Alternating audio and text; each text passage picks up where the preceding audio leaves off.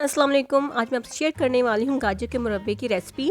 Easy तरीके से ये बनता है, बस वीडियो को एंड तक लाजमी देखना। तो चलिए इस रेसिपी को बनाना स्टार्ट करते हैं। हम लेंगे 2 किलो गाजर और 1 किलो चीनी। 2 किलो गाजर के लिए 1 किलो चीनी काफ़ी है। इसको आधा आधा काट लेंगे और इसको डाल देंगे कढ़ाई में।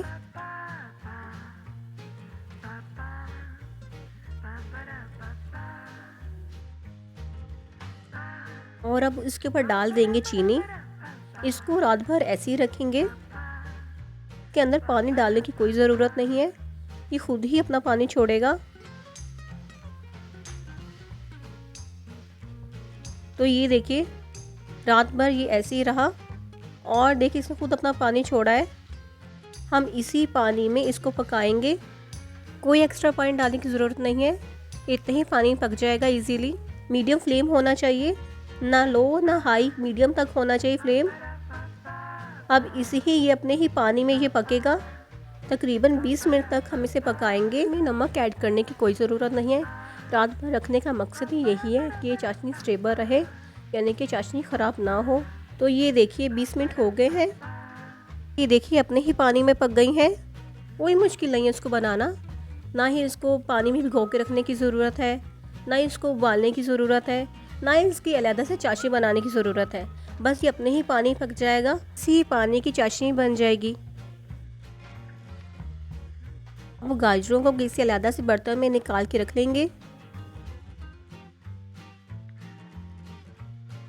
ये चाशनी नहीं जानी चाहिए, सिर्फ गाजर ही निकाल के रखेंगे।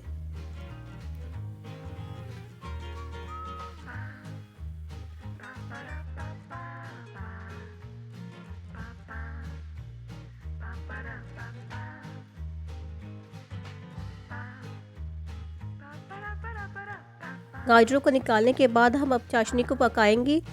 मेक श्योर फ्लेम लो ही होना चाहिए, हाई नहीं होना चाहिए, वरना ये जल जाएगी। ये देखें एक तार बन गई है। जब एक तार बन जाए मतलब कि चाशनी तैयार हो गई है। अब इसमें दोबारा हम गाजर को डाल देंगे।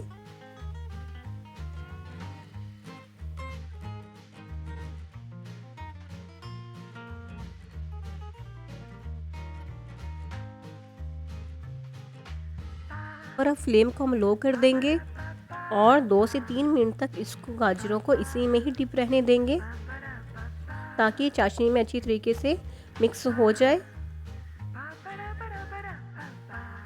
तो ये देखिए गाजर का मुरब्बा रेडी हो गया है। इसको डालेंगे किसी खूबसूरत से बर्तन में। तो ये देखिए कितने अच्छी तरीके से ये पका है। अब इसको चाशनी में से डिप करेंगे प्रेस करके। ये देखिए जैसे मैं कर रही हूँ।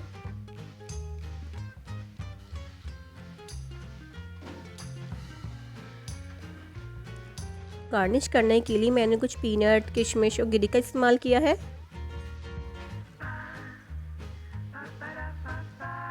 इससे ना लुक बहुत अच्छी आई थी। ये तो ऑप्शनल है, आपको जो पसंद हो आप ऊपर गार्निश कर ले।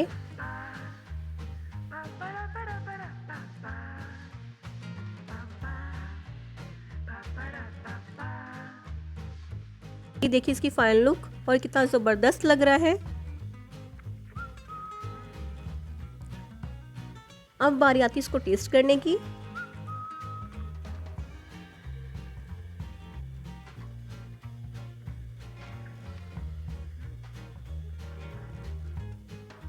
तो ये देखिए कितना सॉफ्ट बना है ये। आप भी ज़रूर ट्राई करना और दुआओं में याद रखना। अल्लाह हाफिज़।